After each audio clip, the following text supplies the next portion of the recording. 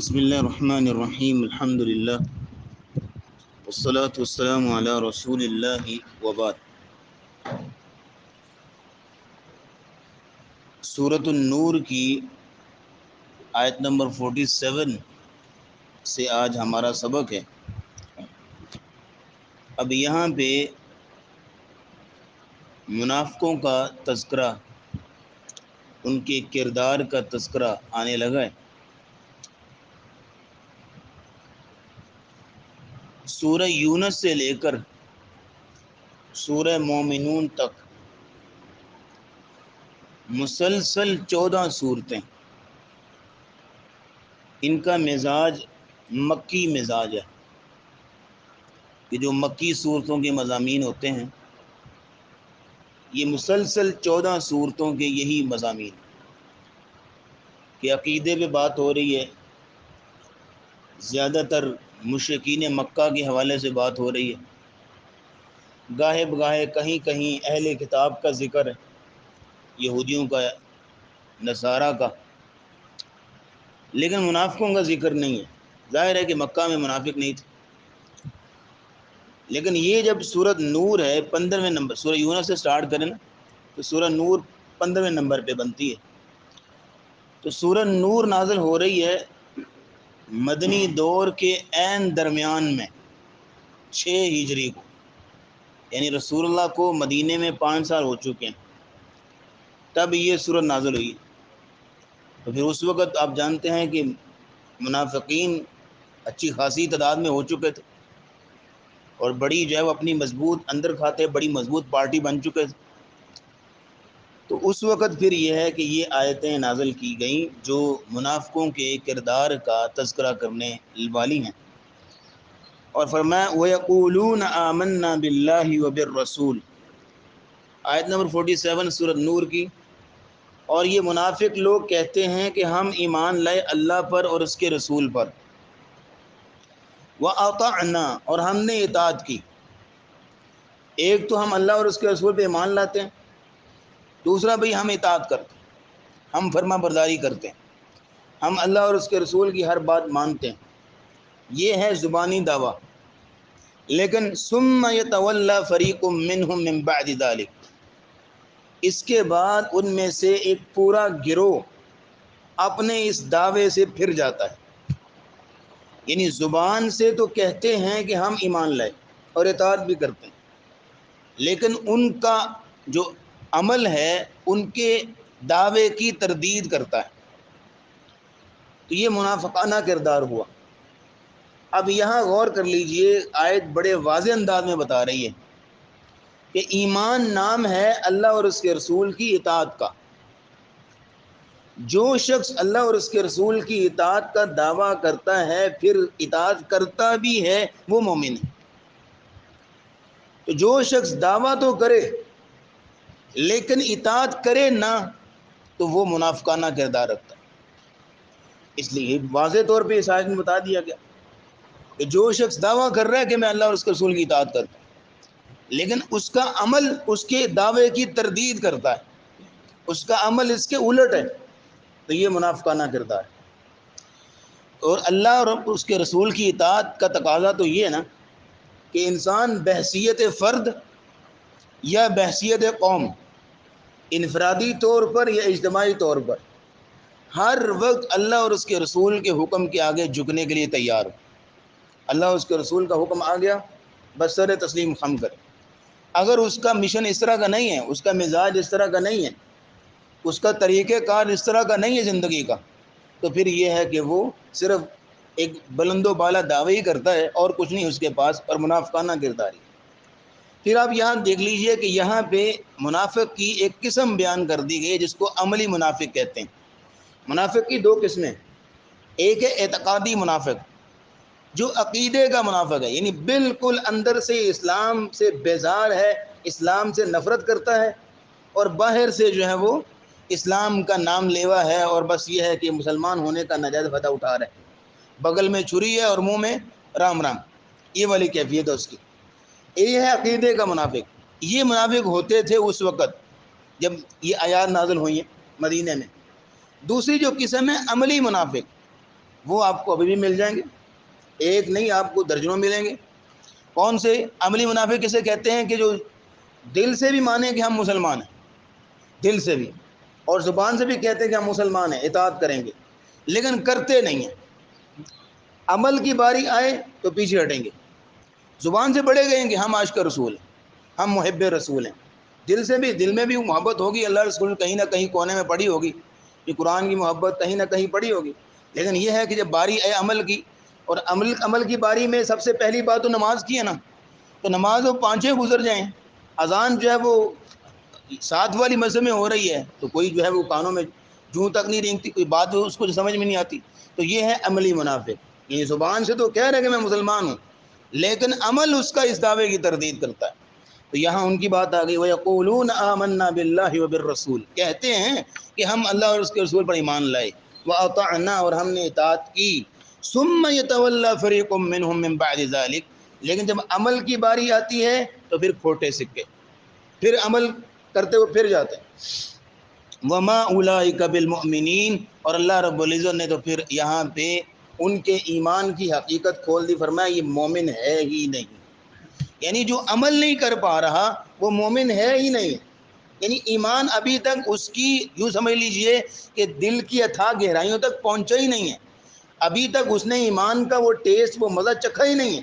کہ جو اس کو عمل کی طرف لے کے آئے، یوں سمجھ لیجئے کہ اس کے اندر وہ پیٹرول یا بیٹری چارج اس کی ہوئی نہیں ہے جو ایمان سے ہوتی ہے، جو عمل کی طرف لے کے آتی ہے، ابھی اس کا ایمان بالکل ناقص ہے۔ تو کہہ دیا گیا آیت کی اینڈنگ میں وَمَا أُولَٰئِكَ بِالْمُؤْمِنِينَ، جو اطاعت نہیں کر پا رہا، جو اس کا ایمان اس کو اللہ کی اطاعت پہ نہیں لگا پا رہا، وہ مومن ہے ہی نہیں۔ اگلی آیت میں دیکھیے، آیت نمبر 48، وَإِذَا دُعُوا إِلَى اللَّهِ وَرَسُولِهِ لِيَحْكُمَ بَيْنَهُمْ، جب انہیں بلایا جاتا ہے اللہ کی طرف اور اس کے رسول کی طرف، لِيَحْكُمَ بَيْنَهُمْ، تاکہ ان کے درمیان کسی مقدمے کا فیصلہ کر دیا جائے، اذا فریق منہم معرضون، تو تب یہ ان میں سے ایک پورا گروہ جو ہے وہ پھر جاتا ہے، منہ موڑ جاتا ہے۔ یہاں جو بات بیان کی جا رہی ہے اس میں کہا گیا کہ جب ان کو اللہ اور اس کے رسول کی طرف بلایا جاتا ہے، معنی کیا ہے کہ جو رسول اللہ کا حکم ہے وہی اللہ کا حکم ہے، جو رسول اللہ کی اطاعت ہے وہی اللہ کی اطاعت ہے، رسول اللہ اور اللہ دونوں کی بات ایک ہے، دونوں کی بات ایک ہے، لیکن دونوں کی ذات مختلف، رسول اللہ کی ذات اور ہے، اللہ کی ذات اور ہے، ہستی اور ہے دونوں کی، لیکن بات دونوں کی بالکل ایک ہے، سیم ہے۔ تو رسول اللہ کی، مَن یُطِعِ الرَّسُولَ فَقَدْ أَطَاعَ اللَّهَ، جس نے رسول اللہ کی اطاعت کی اس نے اللہ کی اطاعت کی۔ یہاں کہا جا رہا ہے وَإِذَا دُعُوا إِلَى اللَّهِ وَرَسُولِهِ، جب انہیں اللہ اور اس کے رسول کی طرف بلایا جاتا ہے، مانا کہ دونوں کی بات ایک ہے، جب انہیں بلایا جاتا ہے کہ اللہ کی بات مانو، یہ قرآن کی آیت ہے اور یہ حدیث ہے، پھر لِيَحْكُمَ بَيْنَهُمْ، آپس میں فیصلہ کر لو، جب اللہ اور اس کے رسول کی بات آتی ہے، اِذَا فَرِيقٌ مِّنْهُمْ مُعْرِضُونَ، تو پھر منہ جو ہے وہ موڑ کے بھاگ جاتے ہیں اور اللہ اور اس کے رسول کی بات نہیں سنتے۔ یہ بات جو ہے وہ رسول اللہ کے زمانے تک مخصوص نہیں ہے کہ وہاں ہی یہ آیت تھی، نہیں، آج کے زمانے میں بھی آپ کو کئی لوگ ملیں گے ایسے، آپ واضح قرآن کی آیت کھول کے دکھائیں بھائی یہ دیکھو قرآن کی آیت ہے، آپ واضح حدیث کھول کے دکھائیں بھائی یہ حدیث ہے، اور چھٹو جی کیا کرنا ہے اس حدیث کو، کیا کرنا قرآن کی آیت، جب ہم کہہ رہے ہیں آپ کو یہ معاملہ ہے، جب ہمارے امام نے یہ بات کہی ہے، جب مطلب چونکہ چنانچہ اگرچہ مگرچہ میں قرآن کی آیت کو اور حدیث کو پیچھے کر دیں گے،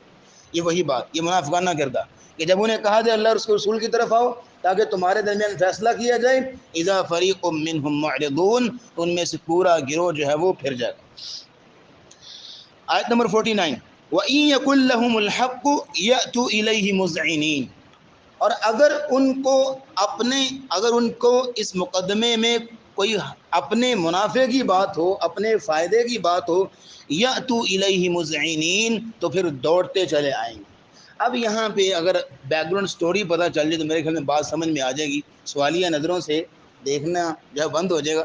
اصل معاملہ یہ ہے کہ مدینے میں 2 عدالتیں تھیں اس وقت، مدینے میں 2 عدالتیں تھیں جو لوگوں کا مقدمہ حل کرتی تھی، فیصلہ کرتی تھی۔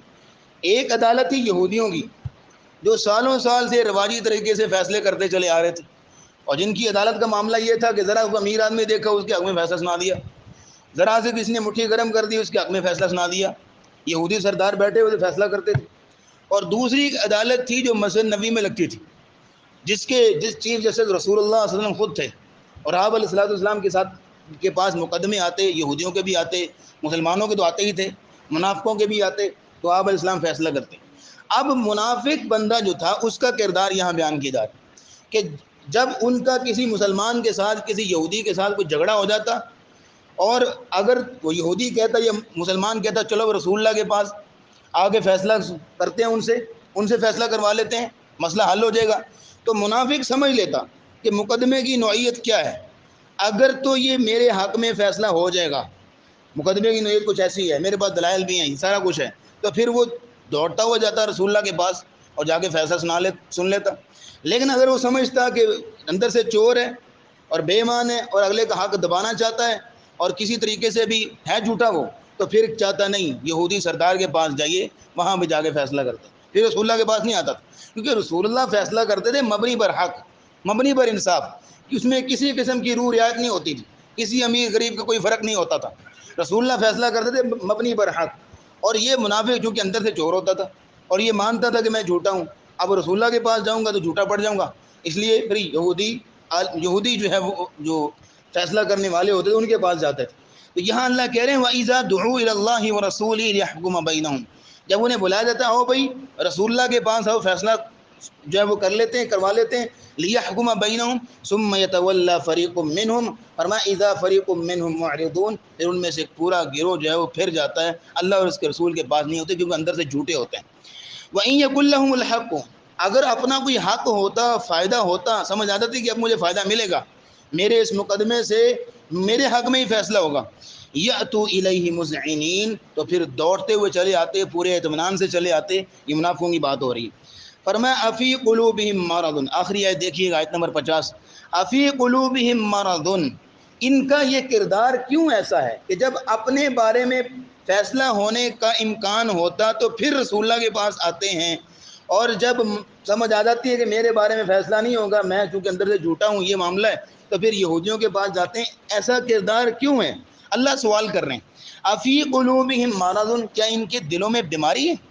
کوئی نفاق ہے، کوئی روگ ہے، کوئی ان کے دلوں میں کوئی ایسی جو ہے وہ شک و شبہ کی بیماری ہے ان کو؟ افی قلوبہم مرض، کیوں اس طرح کرتے ہیں کہ رسول اللہ کے پاس کیوں نہیں آتے؟ افی قلوبہم مرض، کیا ان کے دلوں میں بیماری ہے؟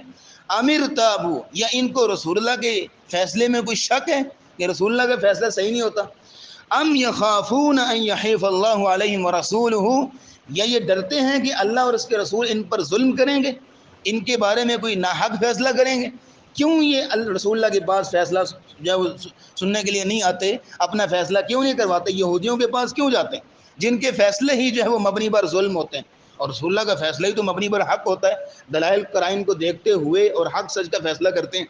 فرمایا اصل حقیقت یہ ہے، آیت کی اینڈنگ میں بیان کر دی گئی، اصل معاملہ یہ ہے بل اولئک هم الظالمون، بلکہ یہ خود ظالم ہیں، یہ اندر سے خود جھوٹے ہیں، اندر سے ان کا اپنا کردار غلط ہے، تو بر یہ ہے کہ اپنے اس کردار کا جو عکس ہے ان کے جو ہے اعمال میں جو ہے وہ نظر آتا ہے، اور معاملہ کوئی نہیں، اصل حقیقت یہ ہے۔ بہرحال ان تین چار آیتوں میں منافقانہ کردار کی حقیقت کھولی گئی کہ منافق کسے کہتے ہیں، پھر ان کے اپوزٹ اگلے رکوع میں، رکوع نمبر 7 میں مومنوں کا کردار کیا ہوتا ہے کہ جب انہیں بلایا جاتا ہے اللہ رسول صلی اللہ علیہ وسلم فیصلہ کروائیں، یہ دیکھو قرآن کی آیت، یہ دیکھو حدیث رسول اللہ کی، اور اس کے مطابق فیصلہ کر لو، پھر اس کا ریئیکشن کیا ہوتا ہے، اس کا رد عمل کیا ہوتا ہے، وہ انشاءاللہ اگلے درس میں آئے گا، ہم بیان کریں گے انشاءاللہ۔ وآخر دعوانا الحمدللہ رب العالمین۔